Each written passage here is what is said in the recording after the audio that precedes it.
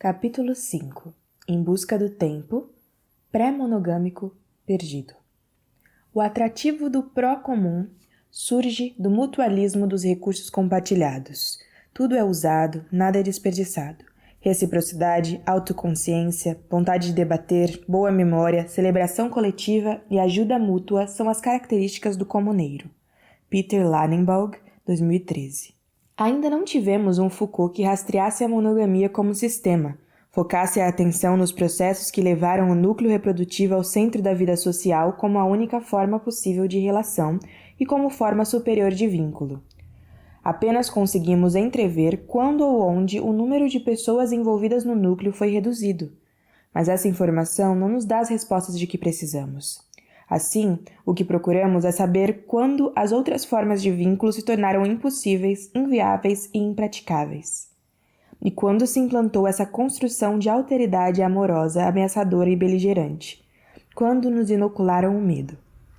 Dessa maneira, temos de tentar ler nas entrelinhas as narrativas que nos explicam a construção da heteronormatividade e do amor romântico, bem como os relatos da antropologia, para fazer uma poção que nos revele quais processos entraram em jogo para construir o presente.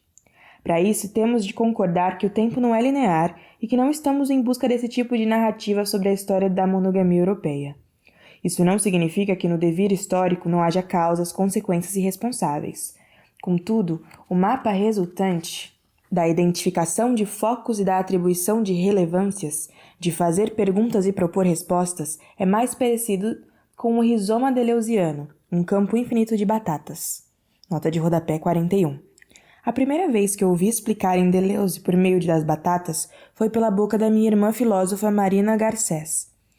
Eu estava tentando decifrar Mil Platôs, Capitalismo e Esquizofrenia, livro de Gilles Deleuze e Félix Guattari, mas não consegui entender nada, então liguei para ela desesperada. Que caralhos é um rizoma? E ela me deu a plantação de batatas. Fim da nota de rodapé 41. É mais parecido com o rizoma deleuziano, um campo infinito de batatas, onde os tubérculos estão unidos por filamentos de várias maneiras, sem início ou fim claros. Não há linearidade. Então, procurarei apontar para o desenho orgânico de uma constelação de eventos para dar sentido à atualidade e, acima de tudo, para tentar encontrar rotas de fuga para o naufrágio contemporâneo. Parto de duas premissas. A monogamia é um sistema, não uma prática. E o tempo é uma constelação, não uma linha. E com essas premissas em mente, vou puxar dois fios que poderiam guiar uma investigação sobre o sistema monogâmico na Europa. Dado que a monogamia é um sistema de hierarquização que promove relações reprodutivas, a primeira premissa refere-se ao sexo não procriativo, e a segunda versa sobre a existência de comunidades articuladas por laços não sanguíneos, e, portanto, não transmissores de herança genética nem de capital social. O primeiro fio se pergunta: em quais momentos históricos houve formas socialmente aceitas de práticas sexuais não reprodutivas? Em quais momentos essas práticas foram penalizadas? Quais condições históricas existem em tempos de repressão? O segundo fio se questiona sobre a existência de comunidades não sanguíneas que funcionem como núcleos de vida, ou seja, entre aspas, famílias, sem vínculos sanguíneos e sem a reprodução como objetivo. Existiram essas comunidades? Quando e quais condições de vida levaram à sua existência? Quando foram penalizadas essas comunidades? As possibilidades para começar esse rastreamento são sem dúvida muito mais amplas, mas talvez essas duas possam nos dar uma visão que rompa com o simplismo de questionar se a fidelidade sexual é natural ou não, o debate no qual parece que estamos encalhadas eternamente e que não propõe em nenhum caso respostas políticas sobre nossas existências. Ao nos referirmos ao sexo não reprodutivo, levamos em conta várias possibilidades. O que atualmente entendemos por homossexualidade masculina e feminina, também o sexo recreativo e o sexo litúrgico. Esta última possibilidade foi tão amplamente varrida de nossa memória coletiva que mal entendemos o conceito. Missas com sexo grupal, digamos assim. E por incrível que pareça, isso existia, e não exatamente em pequena escala. como aponta Lady Stardust, em 2015, em seu fanzine Mujeres en la Hoguera, Mulheres na Fogueira. No sexo recreativo, também devemos incluir o sexo pós-menopausa e, portanto, não reprodutivo, também criminalizado e apagado do imaginário coletivo por meio do arquétipo da bruxa, essa mulher velha, menopáusica, sexualmente ativa e inclusive sedenta.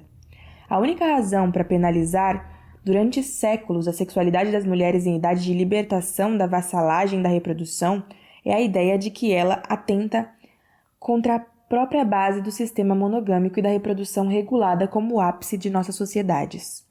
Além disso, é uma bomba atômica no sistema sexo-gênero binário. Essas mulheres, que não servem a fins reprodutivos, seja por serem velhas, estéreis ou trans.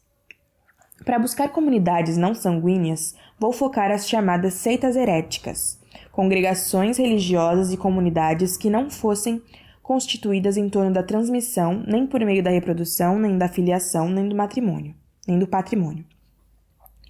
Comunidades que não pretendiam transmitir heranças materiais ou genéticas ao futuro. Estou especialmente interessada em tudo o que aconteceu entre os séculos XV e XVIII na Europa, pois foi a época da primeira grande expansão colonial, da implantação do capitalismo e da construção de raça e gênero, à maneira contemporânea por meio do assassinato em massa tanto dos povos originários como de pessoas escravizadas e de pessoas acusadas de bruxaria, sobretudo mulheres. Nesse sentido, também me interessa o movimento dos comuns no Reino Unido, bem como todo o processo de cercamento de terras e florestas. Estas pertenciam aos senhores feudais, mas no declínio do feudalismo e ao longo de um processo que durou séculos, passaram a ser usadas como terras comuns do povo, das quais as famílias pobres, sobretudo as mulheres, extraíam uma infinidade de recursos. Olhando a partir da realidade atual, com hipermercados e compras online, pode ser difícil de mencionar a tragédia que significou perder terras comunais. Este trecho de The Magna Carta Manifesto, o Manifesto da Carta Magna, de Peter Leinenberg, é esclarecedor nesse sentido. Os juncos eram utilizados para cobrir as casas, como suporte para reboco das paredes. Eram bons para as camas e para embrulhar queijos frescos. Também serviam para tecer cestas, tapetes, chapéus e assentos. A areia era espalhada e esfregada no chão das casas uma vez por semana, para absorver a sujeira, a poeira e a oleosidade. Os membros da comunidade extraíam mentol da menta, digitalina da planta dedaleira, aspirina da casca do salgueiro. Os espinheiros eram usados como purgantes, o mimendro como narcótico sedativo, o confrei para os machucados, a celidônia para remover verrugas, o dente de leão como diurético e laxante, e a matricária aliviava enxaqueca. A partir do século XVII, combinaram-se todas as forças do desastre atual. Com o auge do comércio têxtil, a terra começou a ser interessante para o pastoreio de ovelhas, de modo que seus proprietários, entre aspas, legais, quiseram recuperá-las após séculos de uso comunitário. Como nem todos concordaram em cercar os terrenos, o parlamento inglês, onde apenas a classe poderosa estava representada, promulgou uma lei. Se 80% dos proprietários concordassem em cercar a terra, os 20% restantes precisariam cercá-las também. Com essa medida, os grandes proprietários de terra forçaram os pequenos a vender seus lotes, já que não poderiam viver delas sem a adição das terras comunais. Sem meios de subsistência, uma população enorme ficou totalmente empobrecida e teve de migrar para as cidades, onde se dedicou a vagabundear e a procurar sustento como podia. Foram realizados ataques maciços contra essas populações extenuadas, e como não havia lugar suficiente nas prisões para tanta gente, uma vez que nem o Estado queria assumir sua manutenção, foram embarcadas à força e enviadas às colônias, nesse caso a Austrália e o norte da América. O círculo do capitalismo então se fecha e entra em marcha sua devastadora roda. Esse processo de delimitação das terras em torno dos registros de propriedades, deixando de lado o direito de uso, também modificou a vida em comum e as formas relacionais, fazendo um cerco ao redor da família nuclear, numa lógica de criminalização dos laços de apoio mútuo ainda alheios às dinâmicas capitalistas ou resistentes às suas primeiras investidas. Citação. No fim deste período, séculos XVI e XVII, paralelamente ao cercamento físico das terras comunais, surgiram leis e mudanças nos costumes que dificultavam ou proibiam as formas de vida comunais, a diversão, o entretenimento e as celebrações comuns que aconteciam nessas áreas com frequência.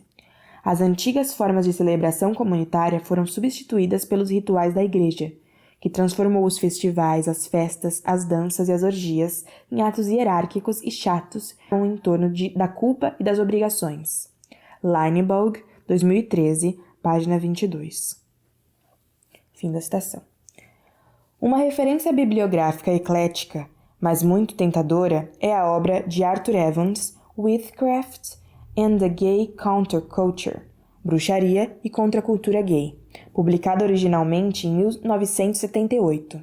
Para lê-la e usá-la, é necessário levar em consideração algumas licenças que o autor se permitiu e que reivindicamos como uma forma de dissidência dos cânones e das normas que norteiam o pensamento acadêmico. Evans não tem receio de remontar a história de gays, lésbicas e pessoas trans até a época de Sócrates, nem de levá-la ao mundo celta ou ao maia. Utilizar essas denominações de identidade baseadas no sistema sexo-gênero binário europeu, imposto pela Europa por meio de processos coloniais, pode ainda criar a falsa sensação de que sempre houve gays, lésbicas e pessoas trans em todo o mundo, uma ideia não só incorreta como problemática, na medida em que é colonial. Sempre houve práticas e identidades sexuais que escapam do que entendemos como heteronormatividade, como o binarismo, mas sua categorização como heterossexual/homossexual e cis/trans começa em um momento e um local específicos. Também são conceitos que dependem de contexto, como todos. Não se trata apenas de nomenclatura. A aparição dos termos heterossexual e homossexual foi resultado de uma classificação médica e da construção de uma normalidade e de uma anormalidade. Fora dessa denominação e dos sistemas de opressão e violência que a sustentam, o fato de alguém ter relações sexoafetivas com pessoas do mesmo sexo-gênero não supõe necessariamente uma condição da pessoa ou um fator diferenciador entre grupos humanos. Do mesmo modo, a possibilidade de existência fora do binômio homem/mulher não corresponde necessariamente à ideia de transexualidade europeia contemporânea. Entre os e as nativas do território norte-americano, havia a possibilidade de pelo menos 5 gêneros. Nota de rodapé 42. Brayboy, Duane. Two Spirits, One Heart, 5 Genders. 2 espíritos, 1 coração, 5 gêneros. Indian Country Today, 7 de setembro de 2014. Fim da nota de rodapé. E o binário não foi imposto até a chegada dos colonos. No entanto, abre aspas, uma vez identificados e classificados os gêneros, as espécies e as raças, resta apenas indicar quais diferenças os distinguem uns dos outros. Fecha aspas. Diz Achille Mbembe, 2014. 2019, página 40. Essas classificações não buscam a realidade, mas a criam. Evans constrói o mito de uma identidade que remonta aos tempos anteriores à própria identidade. Não é um truque novo ou exclusivo desse autor, é a maneira comum pela qual construímos narrativas históricas identitárias, remontando um nós de épocas pretéritas através de uma suposta continuidade geralmente sanguínea que tem a ver com os fatos ocorridos num território específico, mas pouco com a genealogia concreta de seus habitantes atuais e particulares. Então, também vamos aceitar essa licença em Evans, tentando não cair nessa armadilha durante a leitura. Pelo contrário, vamos entendê-lo à maneira da filósofa Gayatri Chakravorty Spivak, propondo essas identidades como estratégias, sem esquecer que essas denominações são uma forma de organização útil em alguma ocasião, mas são imóveis ou baseadas na realidade, não essenciais, senão justificadas pelo uso que precisamos fazer para a transformação da realidade. O livro de Evans é extremamente interessante em termos de práticas hoje em dia entendidas como dissidentes, bem como para rastrear a implantação do sistema monogâmico, baseando-se nos 2 pontos de ancoragem anteriores, o sexo não reprodutivo e a existência de comunidades não transmissoras. Segundo Evans, as orgias como forma litúrgica eram uma prática comum dos povos mediterrâneos, desde a veneração de Ísis no Egito faraônico até o culto a Vênus em Chipre ou a Adonis em Biblos. Também o culto romano a Baco, o Dionísio grego, incluía orgias noturnas, bacanais, apenas entre mulheres, nas quais se mesclavam vinho, sexo e conspiração política. O próprio Dionísio era considerado parte homem, parte mulher. Evans, 2015, página 224. Nos primeiros momentos do cristianismo, grupos cristãos, considerados heréticos posteriormente pela ortodoxia e pela oficialidade vencedora da disputa interna desse culto, usavam sexo de maneira litúrgica. Os gnósticos, por exemplo, surgidos na atual Turquia e sincretizados com o cristianismo,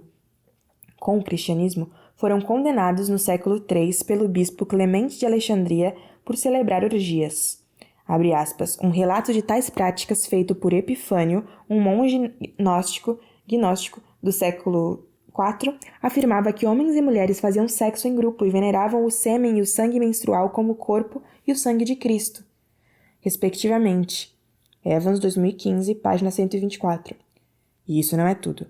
O sexo litúrgico, como parte da celebração do divino, estava presente desde a antiguidade. Essas práticas continuavam na Europa já cristã por vários séculos. O sexo comunal estava presente em celebrações populares de campesinato, nas quais se comia, se bebia e se mantinha relações sexuais como parte da construção comunitária. Sexo recreativo, portanto, sem função reprodutiva e como elemento de coesão do grupo. O culto popular sincretizado entre as formas pagãs e as novas ideias que estavam chegando ou sendo impostas pelo clero incluiu por alguns séculos formas litúrgicas de sexo. 2 pontos. No século XIV, um grupo de armênios, provavelmente cátaros, praticava o culto ao sol e celebrava orgias. Em 1353, o Decamerão de Boccaccio mencionava uma sociedade secreta chamada, entre aspas, vagabundos, remanescentes dos Benandanti, que se reuniam 2 vezes por mês para festejar e fazer orgias. Em 1375, uma mulher italiana, Gabriella Albetti, foi levada a julgamento em Régio por ensinar outras mulheres a tirar a roupa à noite e orar às estrelas. Ela foi condenada por um tribunal secular.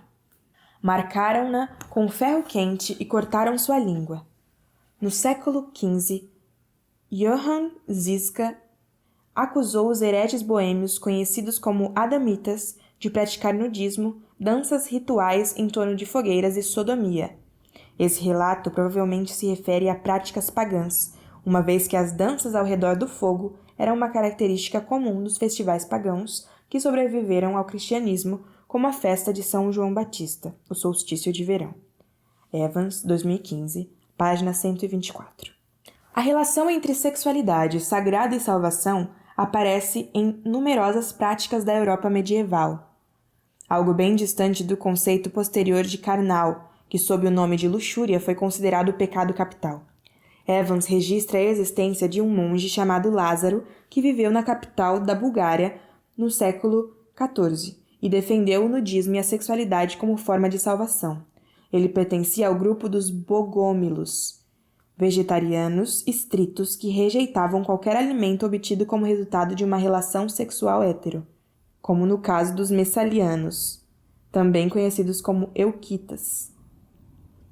As mulheres ocupavam proeminentes posições de liderança. Fecha aspas, Evans, 2015, página 124. De fato, foi somente no século XII que a Igreja considerou o casamento como um sacramento que passou a ser regido por leis divinas. Mesmo assim, levou séculos para se tornar uma prática comum entre as classes populares. Como já dissemos, a França ainda lidava com concubinatos no século XIX. Desde a oficialização do cristianismo na Europa até o século XII, passaram-se 800 anos, durante os quais, inclusive em terras cristãs, as uniões reprodutivas não eram eternas, nem indivisíveis, nem estavam sacralizadas.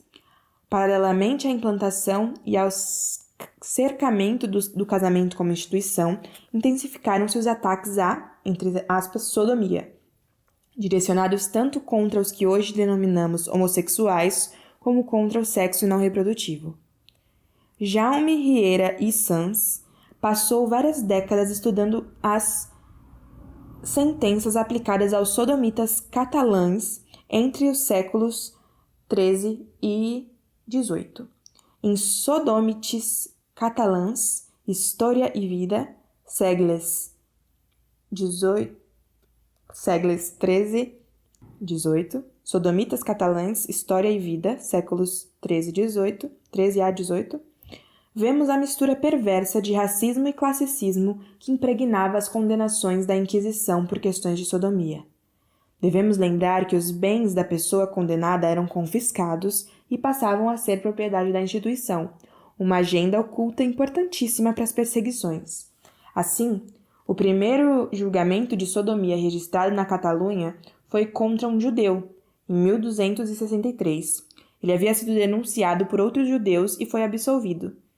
Em Aragão, a primeira condenação, execução e confisco de propriedades por sodomia foi contra um sarraceno, dono de lojas e terrenos, em 1271, no município de Tarazona. Em Valência, a perseguição foi especialmente focada em muçulmanos, em um contexto, é bom lembrar, de guerras. Para reafirmar em que medida o controle dos corpos, da riqueza e das intrigas políticas andavam de mãos dadas entre 1307 e 1308, houve um processo massivo ordenado por Filipe o Belo, rei da França, contra todos os templários. O mandado de prisão foi expedido na noite de 13 de outubro de 1307.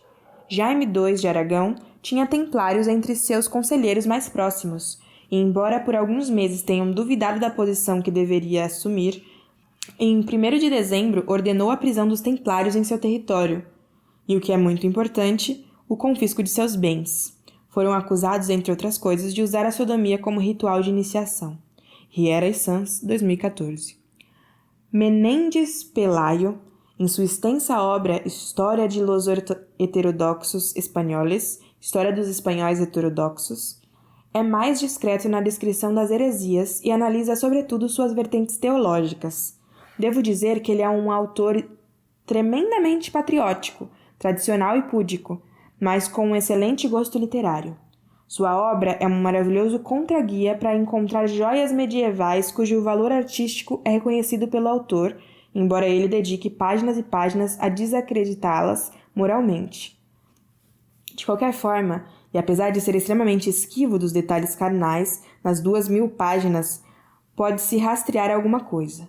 Sabemos, por exemplo, que os chamados iluminados tinham práticas místicas nas quais Menéndez Pelayo via mais luxúria do que fé, e que produziam sintomas eróticos que o faziam recordar a segunda ode de Safo, sexo entre mulheres, para deixar mais claro.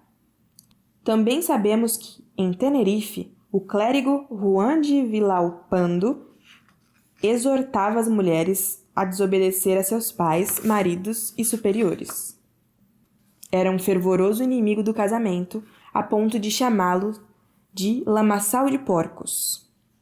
Menéndez Pelayo, 1987, página 172. Vemos, portanto, que surge uma série de mecanismos de controle sobre práticas sexoafetivas que estavam perfeitamente instaladas, cujo objetivo era reposicionar a reprodução e a filiação. Essa mudança de paradigma necessitou de muito tempo e de muita violência, e contou com a participação de aparatos repressivos como a Inquisição, que mandou milhares de pessoas à fogueira, em sua maioria mulheres, mas não apenas, acusadas de delitos relacionados direta ou indiretamente com práticas sexuais reais ou imaginadas pelos juízes. Assim, durante todo o período medieval, observamos a classificação e a ordenação de sexualidade em sua função e sua prática, sendo a única função legal a reprodutiva e a única prática lícita a que chamaríamos posteriormente de heterossexual. Desaparecem gradualmente do imaginário tanto o sexo recreativo como litúrgico, assim como as práticas sexuais de homens como homens e mulheres com mulheres em grupo ou em público. E foram impostas a genitalidade, a privacidade, a utilidade e um descrédito dos desejos sexuais, o que vinculará definitivamente suas práticas com a culpa, a vergonha ou o nojo. Nesse sentido, acho interessante refletir sobre a construção do desejo, que atualmente se liga por completo a certos padrões de beleza. A sexualidade deve ser a única atividade humana tão estranhamente vinculada a qualidades que nada tem a ver com ela. Se queremos ver bem, buscamos alguém que saiba cozinhar. Se queremos dançar bem, procuramos alguém que saiba dançar. No entanto, para ter, buscamos alguém considerado belo de acordo com os cânones do momento. E essa atração, condicionada pela beleza, chamamos de desejo, e ele tem menos a ver com o sexo do que com sua função reprodutora. Além disso, atribuem-se de forma inconsciente qualidades morais positivas à pessoa considerada socialmente bela. Um exemplo terrível é o fã-clube do assassino confesso de Marta del Castillo, a jovem de 17 anos morta em Servilha em janeiro de 2009, cujo corpo não foi encontrado. O fã-clube era composto basicamente por meninas adolescentes que, por motivos estéticos, enxergavam no feminicida declarado um príncipe encantado. Assim, o desejo sexual continua até hoje condicionado pela servidão da reprodução e pela busca por um parceiro/parceira que melhore a herança genética. O processo que Foucault chama de disciplinamento do corpo passa precisamente por transformar o corpo em maquinário a serviço da mente e do Estado. Não foi o próprio cristianismo que impôs essa nova dinâmica, mas a lenta construção do Estado capitalista e clerical. Entendo assim porque inúmeras seitas cristãs usavam a sexualidade de maneira litúrgica, e todas foram perseguidas pela instituição. A lógica, apoiada pelos poderes do Estado e em sua transição para o capitalismo. A lógica da repressão dos corpos não se reduziu à sexualidade, mas às formas de relacionamento comunitário que existiam até então e incluíam a sexualidade.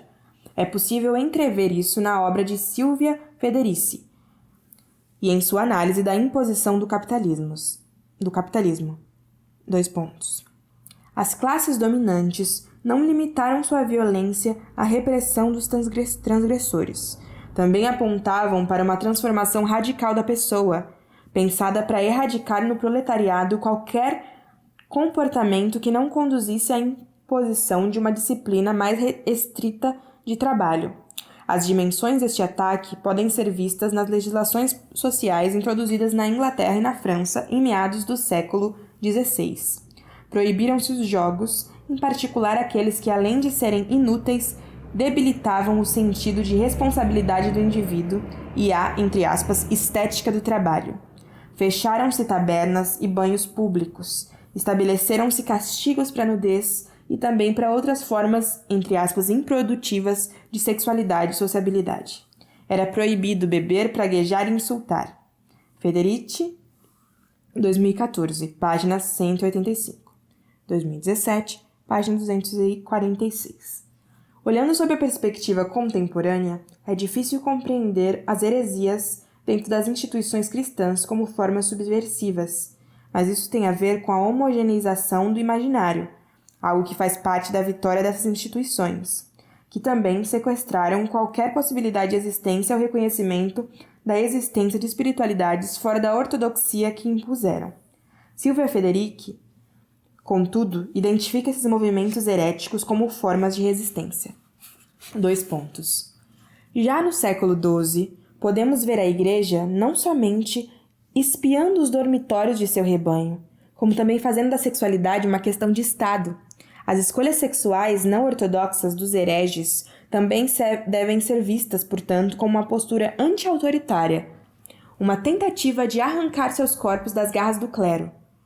Um claro exemplo dessa rebelião anticlerical foi o surgimento no século XIII das novas seitas panteístas, como os amauricanos e a Irmandade do Espírito Livre, que, contra os esforços da Igreja para controlar a conduta sexual, pregavam que Deus está em todos nós e que é impossível pecar. Federici, 2014, página 64. 2017, página 82. Nesses grupos perseguidos e considerados heréticos, as mulheres tinham curiosamente um status elevado e desfrutavam de funções e direitos similares aos de seus companheiros. Também havia numerosas deidades femininas, como a Senhora do Pensamento do Panteão Cátaro, um nome que não remete nem à função biológica reprodutiva, como acontece na virginização da Mãe de Jesus, da Maria, Mãe de Jesus, nem à função de musa do pensamento, formas passivas às quais foi relegado o ideal de mulher. Um ideal muito concreto, uma vez que nunca vimos, por exemplo, uma musa negra representada. As primeiras condenações da Inquisição contra bruxas e bruxos, muitas das quais acusadas de práticas relacionadas à sexualidade e ao controle da reprodução, bem como de estarem vinculadas a grupos heréticos que constituíam comunidades não sanguíneas, datam do século XIII. A partir de então, chegam de mãos dadas a repressão brutal e obsessiva da sexualidade, uma misoginia exacerbada e a consolidação da instituição religiosa que se impõe como forma de poder coercitivo sobre as práticas populares. Isso se explicita em O Martelo das Feiticeiras, Malleus Maleficarum, a obra de referência sobre bruxaria escrita por 2 inquisidores da Ordem dos Dominicanos no século XV, que é incrivelmente detalhista nas elucubrações sobre a cúpula entre demônios e mulheres. Cópula entre demônios e mulheres. Que posições adotam? Os demônios têm sêmen? O ato é visível ou invisível para quem está por perto? E quanto às mulheres? Quais são as favoritas dos demônios? As nascidas de mulher e demônio ou qualquer mulher oferecida pela parteira no nascimento?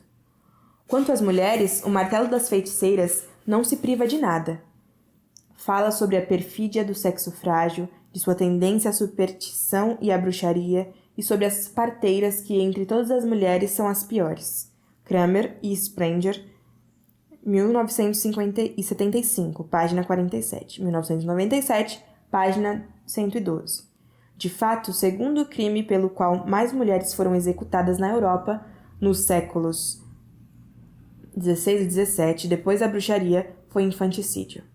Significativamente, as mulheres passaram a ser consideradas cidadãs de plena responsabilidade para que pudessem responder por esses crimes, cujas suspeitas também recaíam sobre as parteiras, tal como explica a Federici. Nesse período de transição entre o feudalismo e a era do Estado, mudanças dinâmicas ocorreram em todos os aspectos da vida do campesinato europeu, incluindo as formas de vinculação social por meio de afetos e desejos. Essas mudanças não foram mais do que a réplica emocional dos mesmos processos em níveis econômicos, políticos e moral. A transformação em relação ao que mais tarde seria o Estado e o capitalismo requer uma mudança radical e transversal de todos os relacionamentos, e aí as privadas são interpeladas diretamente. Pensar a intimidade como um espaço protegido dos poderes é um devaneio. Os espaços privados e a subjetividade são os lugares onde são construídos e impostos os sistemas repressivos que ajudaremos, mesmo a contragosto, a consolidar no exterior. Citação.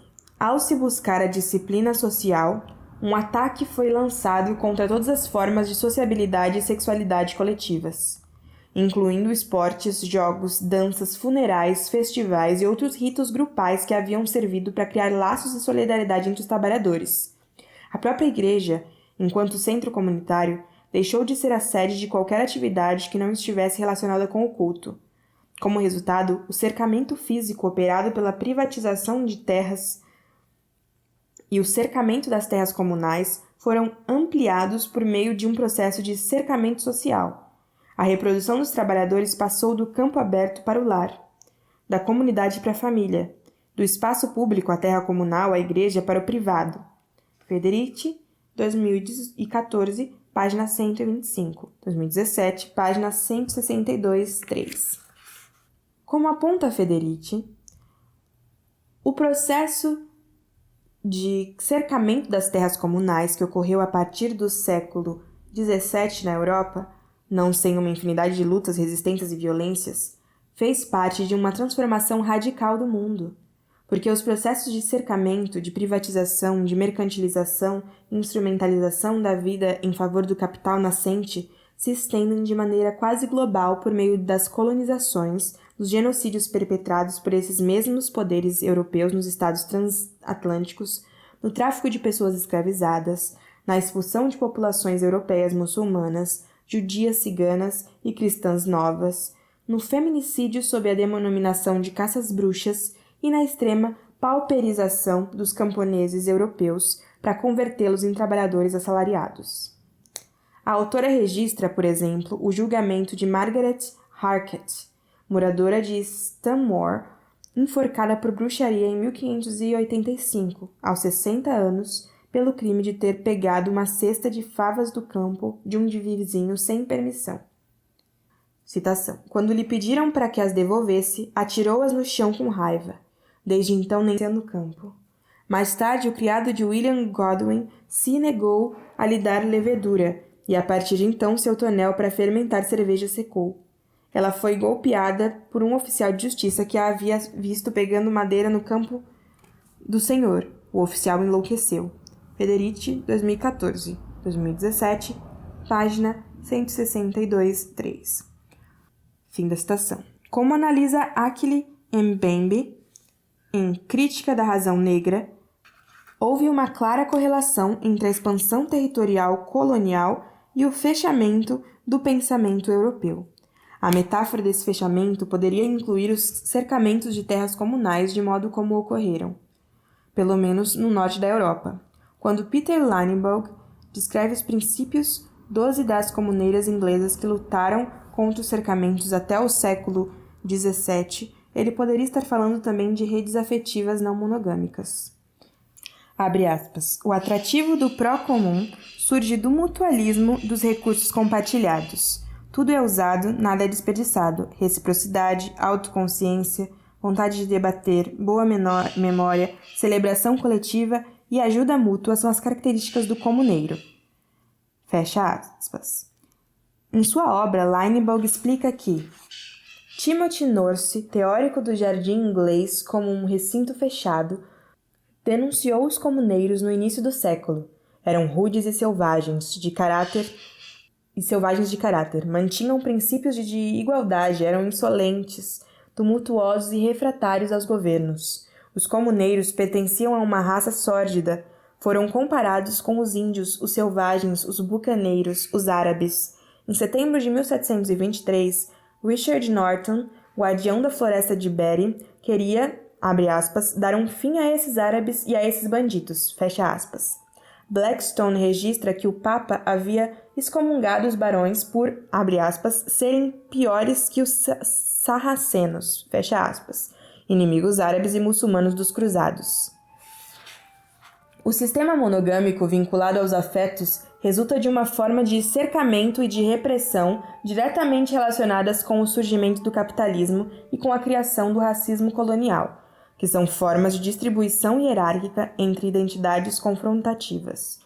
Os sujeitos castrados em sua capacidade de se relacionar, trancados no próprio corpo e na posse dos corpos alheios, confrontados pelo temor e uma alteridade desumanizada, serão os peões necessários para a construção do desastre contemporâneo, do Estado-guerra. A classificação racial hierárquica e violenta topou precisamente com uma inesperada resistência sexoafetiva, aqueles tipos de resistência que não aparecem nos livros de história porque são as histórias pequenas da grande história. Aquilo que Mbembe denomina, abre aspas, libertinagem interracial, fecha aspas, teve de ser reprimido por leis tão violentas quanto as que reprimem a homossexualidade até hoje. Nos Estados Unidos, por exemplo, casamentos mistos em termos raciais foram proibidos até 1967. A incidência dessas uniões hoje, aliás, é baixíssima. Abarcam entre 8% e 10% dos casais do país. Como afirma Federici, 2014, página 135, 2017, página 174, abre aspas, a partir de meados do século XVI, ao mesmo tempo que os barcos portugueses retornavam da África com seus primeiros carregamentos humanos, todos os governos europeus começaram a impor penas mais severas à contracepção, ao aborto e ao infanticídio. Fecha aspas. Entretanto, não podemos esquecer, como explicam vários autores decoloniais, que as políticas reprodutivas aplicadas à Europa e às colônias eram diametralmente opostas e marcada pela construção da raça e pelo racismo. As mulheres escravizadas eram obrigadas a procriar, uma vez que os filhos eram propriedade do dono e aumentavam sua riqueza. Simultaneamente, eram impedidas de qualquer relação materna ou paterna filial, como já apontamos anteriormente. Das mulheres brancas eram exigidas castidade e reprodução circunscrita ao âmbito matrimonial, enquanto as mulheres racializadas em estado de escravidão eram sistematicamente estupradas, ao mesmo tempo que eram submetidas a trabalhos tão duros quanto dos homens. Quanto às relações não reprodutivas, é interessante seguir o rastro das comunidades religiosas nos tempos medievais e analisar nelas a questão da sexualidade reprodutiva. Essas redes de convivência não necessariamente estavam segregadas pelo sexo. E quando estavam, muitas vezes era para proteger as mulheres dos estupros de seus companheiros e acabar com o perigo que os abortos clandestinos representavam para as mulheres. Assim, por exemplo, a mística Hildegard von Bingen iniciou seus conventos só para mulheres no século XI. Nos Cátaros, por exemplo, Evans coleta o testemunho do abade Gilbert de Nogent, em 1114. Condenam o casamento e o ato de gerar filhos por meio de relações sexuais, e sem dúvida, ali onde se disseminaram pelo mundo latino, podem ser observados vivendo com mulheres, mas não sob o nome de marido e mulher. Mas sabe-se que os homens estão com homens e mulheres com mulheres. Entre eles, é imoral que os homens abordem as mulheres. Evans, 2015, página 131. Os cristãos, em toda a Europa, também representavam espaços para onde se podia fugir das obrigações da vida familiar, incluindo as obrigações sexuais e, no caso dos homens, das obrigações com a guerra, para fazer parte de um projeto comunitário baseado no trabalho e nos recursos compartilhados. Leinenberg, 2013, página 54. A história das beguinas na Europa reflete uma das linhas de fuga de todo esse novo sistema de codificação. Entre os séculos XII e XV, essas mulheres laicas denunciavam o sequestro da espiritualidade por parte da instituição eclesiástica, o que reduzia as possibilidades de vida a vestir hábitos ou mergulhar na maternidade. Assim, as beguinas criavam espaços de convivência apenas para as mulheres, com uma intensa atividade espiritual, mas permaneciam perfeitamente enquadradas na vida das cidades. Helena Botinas Monteiro e Júlia Cabaleiro Manzanedo, nota de rodapé 43, descrevem esse lugar como, nota de rodapé 43, Monteiro, Helena Botina e Manzanedo, Júlia Cabaleiro. Las Beguinas, Liberdade en Relación. As Beguinas, Liberdade no Relacionamento. Do ODA, Centro de Investigação de Mulheres, Universidade de Barcelona. Descreve esses lugares como um espaço de não doméstico, nem claustral, nem heterossexual. É um espaço que as mulheres compartilham à margem do sistema de parentesco patriarcal, em que foi superada a fragmentação espacial e comunicativa e que se mantém aberto à realidade social que a circunda, na qual e sobre a qual atuam diluindo a divisão secular e hierarquizada entre público e privado, e que, portanto, se torna aberto e fechado ao mesmo tempo, um espaço de transgressão aos limites, tácitos ou escritos, imposto às mulheres, não mediado por qualquer tipo de dependência ou subordinação, em que elas atuam como agentes geradoras de novas formas de relacionamento e de uma autoridade feminina. Um espaço que se torna simbólico ao se estabelecer como ponto de referência, como modelo, enfim, para outras mulheres. Seria muito interessante uma linha de pesquisa sobre os prostíbulos medievais e a possibilidade de que houvesse uma organização independente das mulheres nesses espaços. Até onde pesquisei, a figura de um homem costuma aparecer na hierarquia desses bordéis, assim como sempre aparece um padre na estrutura monástica, mas isso não invalida a organização horizontal entre as mulheres. No caso da prostituição, essas figuras às vezes são chamadas de rufiões e em outras ocasiões de hospedeiros, e eram responsáveis pelas trabalhadoras sexuais. Mas também aparecem figuras de hospedeiras, como foi a companheira, entre aspas, de Joana d'Arc, o que não deixa de ser promissor como linha de investigação. Ao puxar esses fios, podemos pensar que a Constituição e a introdução da monogamia como sistema na Europa se desenvolvem em paralelo e como condições necessárias à implantação do sistema capitalista. Até o momento em que a monogamia enfim conseguiu se impor, as produtoras tinham importância entre as classes dominantes, pois era por meio delas que se firmavam pactos, alianças e transferências de títulos e capital, mas não tinham esse peso em meio ao povo, que necessitava mais de laços horizontais que a sobrevivência. Foi o capitalismo que precisou garantir e organizar o impulso atávico da reprodução para concretizá-lo em termos de filiação, classe e de produção de trabalhadores. E para garanti-lo, teve também de esclarecer e fixar de forma definitiva o gênero dos sexos e a sua imutabilidade. Ficamos definitivamente marcados como homens e mulheres vinculados pelo desejo heterossexual obrigatório e dependentes em termos de monogamia, já que não seria possível nenhuma outra forma de subsistência. A categórica divisão de trabalho tornaria impossível sobreviver fora da heterossexualidade monogâmica. Somente os movimentos anticapitalistas, as resistências organizadas contra o Estado ou as congregações religiosas seriam os espaços para se viver fora do sistema monogâmico. Uma vez implementado o sistema, o Estado passa a ter o controle absoluto sobre a reprodução e a sexo-afetividade, que claramente andam de mãos dadas. Em tempos de emergência populacional, como a fome europeia do século XVIII, promove-se o aumento da natalidade para restringi-la novamente quando a população estiver estabilizada. Se olharmos ao nosso redor, a semelhança das formações familiares nucleares típicas europeias, pai, mãe e uma ou duas crianças, é medonha. E a criminalização racista de grupos familiares mais amplos faz parte da construção da família civilizada, marca registrada. Imprescindível para o Estado, como veremos nos próximos capítulos. A sexualidade será sequestrada para sempre. Todas as tentativas subsequentes de, entre aspas, libertá-la, seja por meio das ideias de amor livre, de grupos como a geração Beat, de práticas poliamorosas ou de swingers, estarão marcadas pelo sistema monogâmico e por sua estrutura de pensamento, assim como por todas as cargas da consolidação do sistema sexo-gênero binário, de seus atributos e das penalizações que acarretam. A menos que haja um esforço que raramente ocorre, serão todas elas tentativas machistas e heterocentradas de modificar costumes sexuais sem colocar em risco os sistemas de privilégios que penalizam algumas sexualidades enquanto promovem outras. Fim do capítulo 5. E fim da primeira parte, o pessoal.